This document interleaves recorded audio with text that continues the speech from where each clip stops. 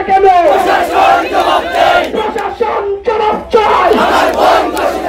Election to action, কারওয়াইবাসীর election, ছাত্র সমাজের election, শ্রমিক সমাজের ইলেকশন, ব্যবসায়ী বাজারের ইলেকশন, শ্রমিক বাজারের ইলেকশন। আমি ঠেকাচ্ছে ঠেকাচ্ছে, কারওয়াইবাসী ঠেকাচ্ছে, রক্তে আগুন লেগেছে, আমি ঠেকাচ্ছে ঠেকাচ্ছে, রক্তে আগুন লেগেছে।